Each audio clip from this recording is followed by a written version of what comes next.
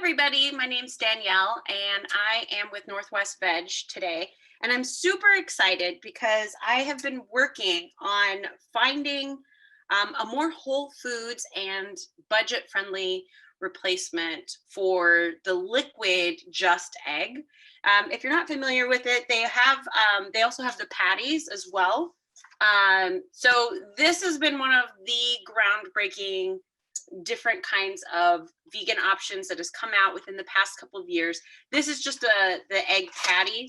So, it's relatively thin. This is great for just tossing on a sandwich, something along the lines of that. But they also have a liquid just egg, which is amazing for making French toast. It's great for making frittatas, quiches, anything that you would use a scrambled egg for, or just an egg for baking. It's great for that, but it's incredibly expensive. I often find these for about anywhere from $7 to $10 a box, and you only get 4 of these. And that's about the same for the liquid just egg as well. The bottle's about this big, and I can find it for $7 is cheap. It's usually somewhere between $8 and $10. It also has a couple of less than whole foods in it, which doesn't really bother me, but I know that we have a lot of folks who try to stick to a little bit more of a whole foods approach. So I've been working off of a recipe that I got from an Instagram account called Chez George, ChezJorge. And so he is a 19-year-old Taiwanese chef. He creates some amazing food. And so this was one of his approaches, and I've been modifying off of that.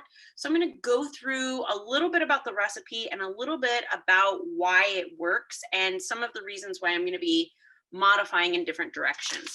But what you're going to take, first of all, is you're going to need 1 cup of dried split mung beans. And this is what they look like. And I'll just bring this, let me make sure I can see where I'm showing this. So they look like this. I'll hold it up here so you can see. They're just kind of like tiny. They're almost lentil-like. And ideally you want them to be split, which you can see these are kind of cut in half. I've got some whole mung beans here, so you can see the difference. They look like giant couscous, but it's ideal if you can find it split, or peeled is another word that it'll say instead of split. So you're going to want to get a cup of the split dried mung beans, and you're going to go ahead and take that cup. You're going to soak it in water, but first you're going to rinse it. You want to rinse these beans super thoroughly. I know a lot of you rinse your rice before cooking it. We're doing the same. You're going to rinse it that much. I rinsed these mung beans before soaking probably 5 times. Mung beans have a very musty, kind of earthy flavor that is fine if you were eating something that you wanted to have a beany taste to it. But when we're looking for something that we're going to make taste like scramble or egg, we're not looking for that beany flavor. So you want to rinse, rinse, rinse. Then you're going to soak the amount of water. You just want to make sure that it's well covered, and then let it soak for 3 hours, and then rinse, rinse, rinse again. So you're going to rinse it really thoroughly. And I'll just show you what these end up looking like after they have soaked for 3 hours. They mostly, because they are so small, they do soften up really quickly. So it's nice. This is, you don't have to boil them or anything like that. But let's see. Yeah. So you can see they plump up quite a bit, and I can break them and pierce my fingernail with it and break it in half. So this is what you want them to look like. They're not the tiny little hard bit, but they don't take up too much more size. So I put mine just in a jar, and they soaked just fine. So you're going to soak these for 3 hours. Then you're going to rinse, rinse, rinse. And then you want to put this in your blender. The original recipe said a food processor, and I did try that originally, but I found that the food processor this bean breaks up into a kind of a gritty state. So I found that if you put it in a food processor, you have a higher chance of it having a very fine grit to it. Similar to like if you were going to make the hollandaise sauce in a food processor. The cashews can only get broken up so finely in most food processors. So I recommend putting these in a blender. So you're going to put them in a blender. You're going to put in 1 1/4 cup of water.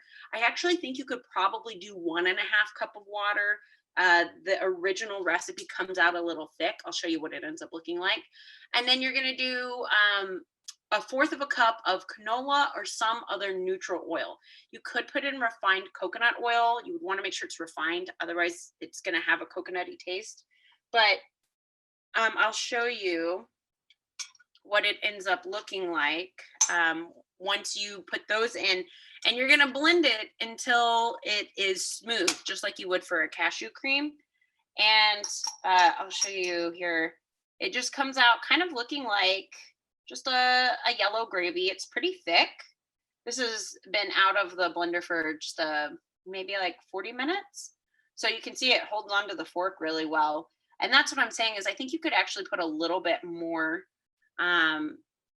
water in there because it does hold on so thick. But so that's what it looks like. Then we're going to go ahead and add in the seasonings. Now this you can fine tune to what your flavors are, but the base is, and we're putting in the seasonings, and then we're also putting in some stuff to help it with structure. So we're going to be doing 1 teaspoon of guar gum or xanthan gum. I used xanthan gum. 3 tablespoons of tapioca starch, 2 tablespoons of nutritional yeast, and then the flavorings, 1/4 teaspoon, or the nooch was flavoring as well. But we're going to do 1/4 teaspoon of black salt, which for folks who get confused, black salt looks like this. It's kind of a light rose pink color. It is not to be confused with black rock salt or volcanic salt. And this has sulfur mixed in with it. And so when you open up a fresh jar, it smells like rotten eggs. So this is going to help give that eggy flavor.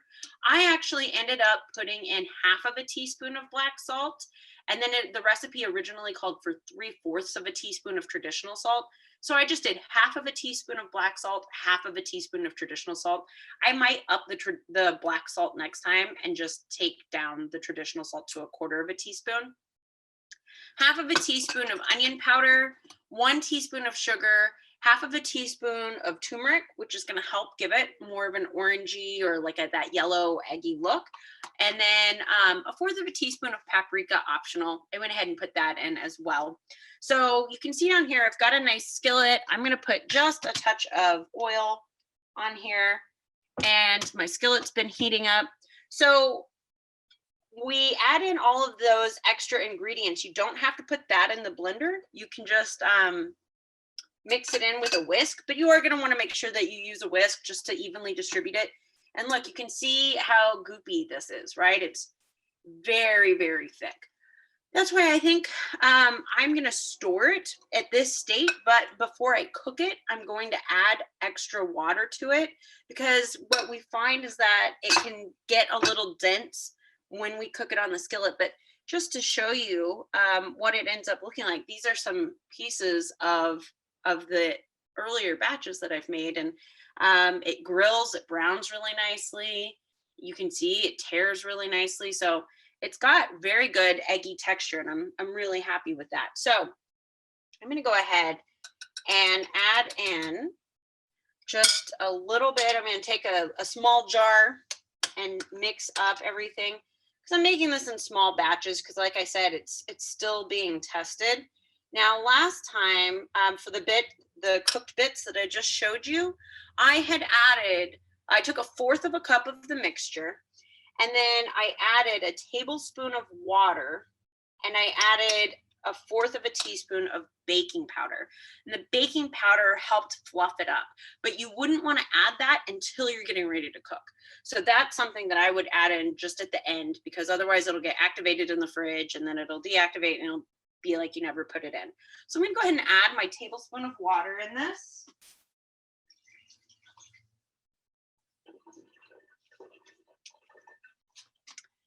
And then I'm going to go ahead and mix this up.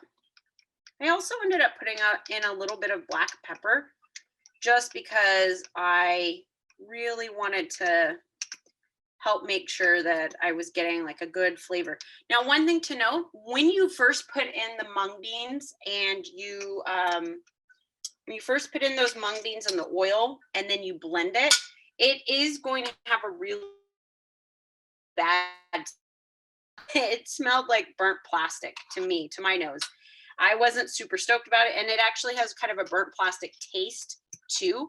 But that does dissipate. And then when we're adding in the nooch and the onion powder and stuff like that, it helps. So I'll go ahead and pour this in. And depending on what you're looking for, if you're trying to make an omelet, or if you're trying to make a scramble, I'll just kind of treat this like an omelet here.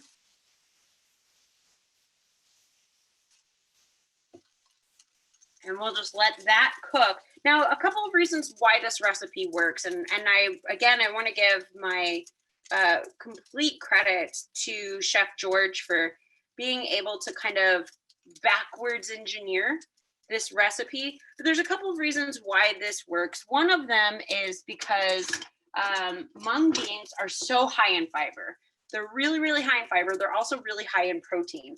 So that fiber is what is creating this, right? Like, because we know that if we were to soak black beans or pinto beans and then put them in the blender with a little bit of oil, we wouldn't necessarily get this. But mung beans are very, very high in fiber. So we're in a situation where that fiber is kind of helping us out. And I'm just going to add a little bit of cheese to this. We're going to make it a really basic omelet, nothing fancy. So the fiber really helps. I think that if you've got some psyllium husk, I would put a little bit of that in. I think that that's going to help with the structure as well. And you can, of course, make this flavoring your own. So if you like it garlicky, you could put in a little bit of garlic. I'm thinking about maybe like a little bit of tahini, something along the lines of that. I don't know if I would put in any citrus. I think that might cut through some of the fats that we need that are kind of working with the fiber to keep all of those little fiber particles insulated with that oil that we've pretty much emulsified in the blender with that. But I am also thinking about adding in some vegan mayo with that just to help with the flavor. I think that that could work out. So I'm just gonna, you can see this is, yeah. We'll let it cook for just a second more. And then you can see how difficult it is to flip an omelet. But I'll go ahead and bring this up just so you can see what it looks like up close.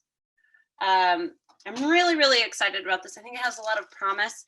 And I also think that it can be a really good food sensitivity breakfast alternative. It's soy free. So if you're somebody who's trying to watch your soy intake, or if you're somebody who is trying to not eat a lot of processed foods, there we go. So I'll just flip this over. And again, I'll go ahead and bring this up so you can see. It's got that nice golden crust on it. Got the cheese melting really nicely. So I'm really excited. I think that this is going to make a great breakfast sandwich. I think it can make for a really good, fun way to make omelets or breakfast burritos, things like that. And it stores in the fridge pretty well. Because it doesn't have any preservatives, I wouldn't keep it in the fridge for more than 3 days. And I would, again, store it in its thicker state. And then I would add water and baking soda to it, or mayonnaise. If you're going to add any of those other things, just I wouldn't want it to break down any faster. And I think adding extra liquid to it could make it break down, and or that bean fiber could just soak up that liquid in the fridge, which wouldn't be the worst thing, but I think it's going to make it a little less stable. And so if you want to have it maximally stable, keep it in its thick state and then loosen it up with a little bit of extra water, maybe almond milk with that protein. I wouldn't use soy milk. I think it would change the flavor.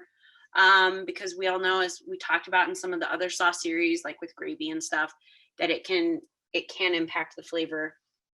But if you wanted to use maybe like oat milk, almond milk, I would just add water. Let's see how this side of our omelet is doing.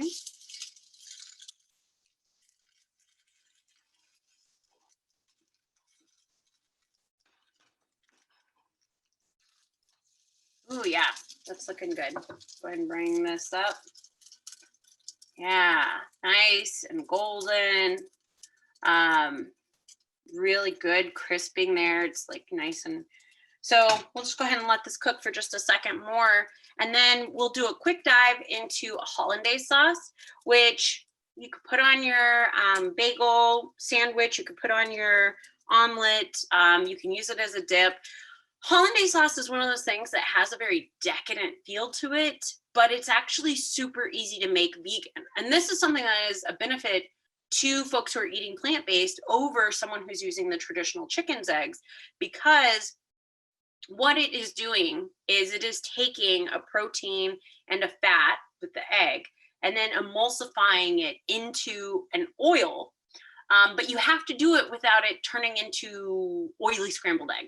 So it's really tricky to make a traditional hollandaise sauce. But because we aren't having to worry about those limitations here, we're in a situation where we can then recreate that, and we can emulsify our protein and fat, which will come in the form of cashews, with oil, without it having to be like, how do we agitate this without turning it into and aerating it to such a point where we now have scrambled eggs.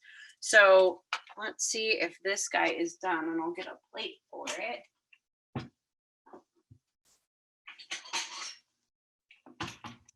All right, I've got my Dapper Owl plate here, and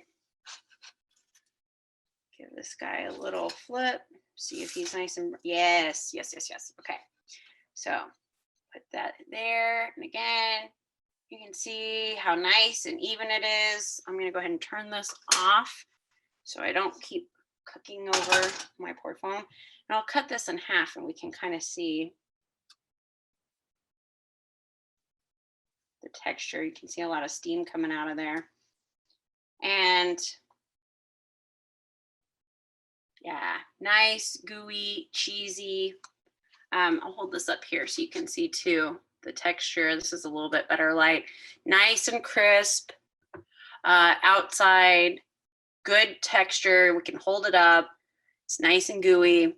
So really, really exciting. I think that this is going to be great for a whole foods approach. And so now what we can do for making our hollandaise sauce is, I'm actually gonna turn off this camera because we don't need it, because, well, I'll turn it back on actually. Sorry, I'm throwing poor Jacqueline off. I will go ahead and put the sauce down there so that way folks can see. So, okay. I don't know how to do that. So I'll just go ahead and we will hold the sauce up here. So let me get my, so this is a recipe that I got from the Curious Chickpea, and hollandaise sauce is something that is, you know, it is a flavor profile that you have to be in the mood for. So this recipe is super, super easy. It's all you really need is a blender and some measuring cups. So let me just grab my jars here. We're gonna take 3/4 of a cup of cashews. And if you've got a powerful blender, then you're in a situation where you don't need to soak these ahead of time. But if you're somebody who's got a blender that's like a little bit on the weak side, I would go ahead and either put boiling water on these and let them soak for about 20 minutes. You don't want to boil the cashews, just bring water to a boil and then let them soak, just like we did for the Alfredo sauce. Or I would soak these overnight. But if you've got a blender that can handle it, you're not going to need to soak them, so don't worry. And then we're going to take 1.5 cups of plant milk or water. Again, with this, I would not use soy. I would use almond, coconut milk if you're looking for something that has a little bit more of a different flavor, or almond milk or water. Maybe oat milk if it's unsweetened. And then 1/4 of a cup of, this is freshly squeezed lemon juice. I think lemon juice from the bottle is going to be fine. What we're just trying to do is to cut through the fat with this sauce. And then 1/4 of a cup of melted butter or refined coconut oil. and then 1/4 cup of nutritional yeast, and then it says a teaspoon of ground mustard seed. But I often don't have ground mustard with me, so we're going to be using 1/8 of a teaspoon of Dijon mustard, which I actually like anyways because it's got that. So it's going to be complementing with the lemon juice and just kind of cutting through that. If you're looking to make it spicy, you could use a hot mustard, but that is going to change. It's not, this doesn't have the white wine in it. And then she recommends 1/2 of a teaspoon of white pepper, just because the white pepper brings a little bit of the heat, but it doesn't carry, it doesn't change the flavor, and also it doesn't make your hollandaise sauce speckly. I don't have any white pepper, so I think using black pepper is going to be totally fine. And then again, we're going to be using the turmeric, and that's going to be helping it have a more yellow color. Now, this is a totally adjustable sauce that you can use for however you want. If you like the flavor of turmeric, you might want to put in more. And then you'll have like this deep orange sauce instead of a sunny yellow sauce, and that is totally fine. It is up to you. So we're going to go ahead and take the cashews and put them in here. And then I'm going to be using water instead of a plant milk for this. So I'm going to be taking 1.5 cups of plant milk, or I'm sorry, 1.5 cups of water.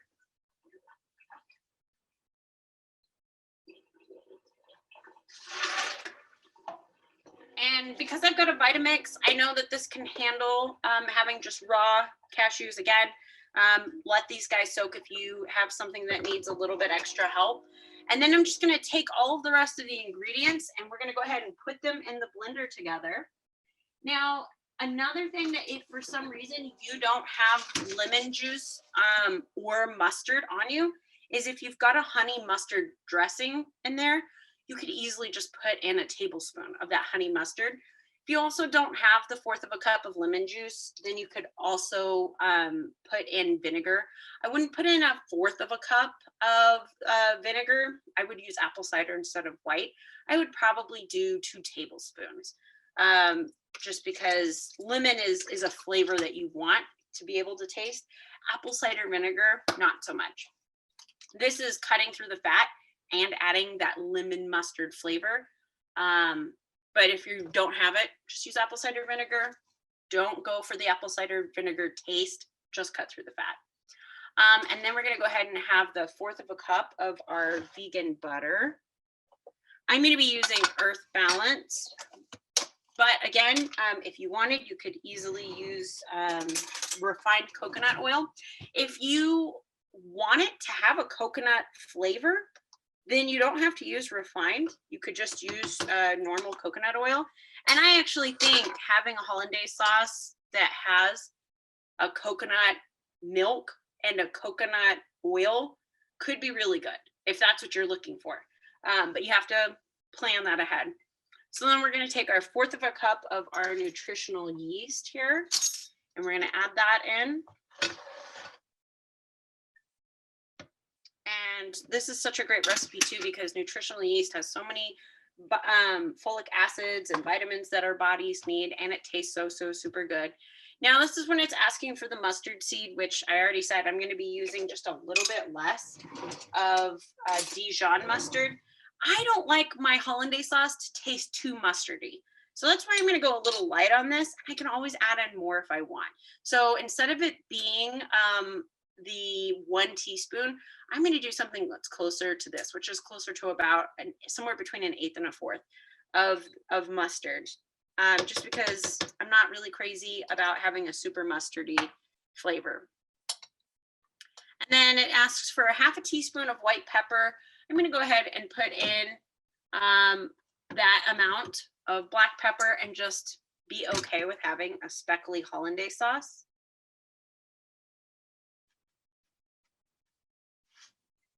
And then our turmeric. Now, just so you are aware, oftentimes turmeric doesn't kind of fully bloom in its color until it's heated.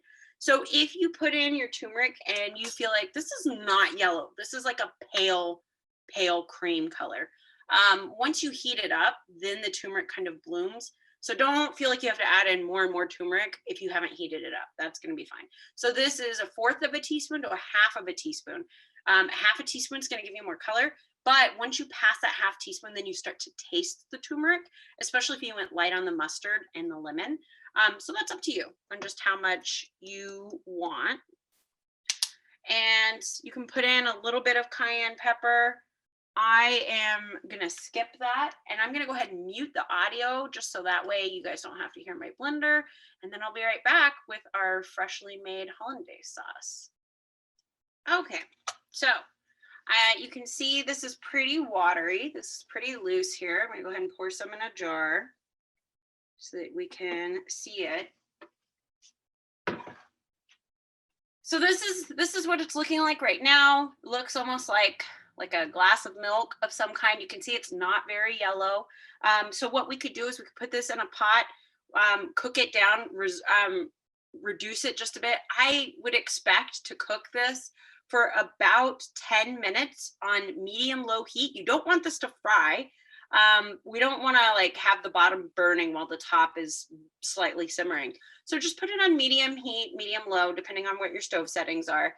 And then this is going to turn into a deeper yellow color, and it is going to thicken because all of the nooch and all of the other ingredients, the cashews, the fat, all of that is just going to end up kind of like opening up and then kind of solidifying once it cools. Similar to, again, some of the sauces we were making the queso a couple of weeks ago and we talked about. We heat up the sauce and then we have to let it set for 5 minutes for all of those agents to kind of cool down. So this saves, again, this doesn't have any preservatives in it. So you can make it ahead of time easily. I would not keep it in the fridge for more than 3 days, just because raw cashews, you know, they don't have preservatives. And if you were not keeping them in the fridge in the first place, once we've exposed them to air, they can go relatively quickly. But this is a great thing that you can top on top of your omelets, on your sandwiches, give it kind of a decadent taste. If for some reason you want to thicken this up even more so, or you wanted it to be totally raw, you've already put a little bit of butter in it, so it's not going to be as entirely raw.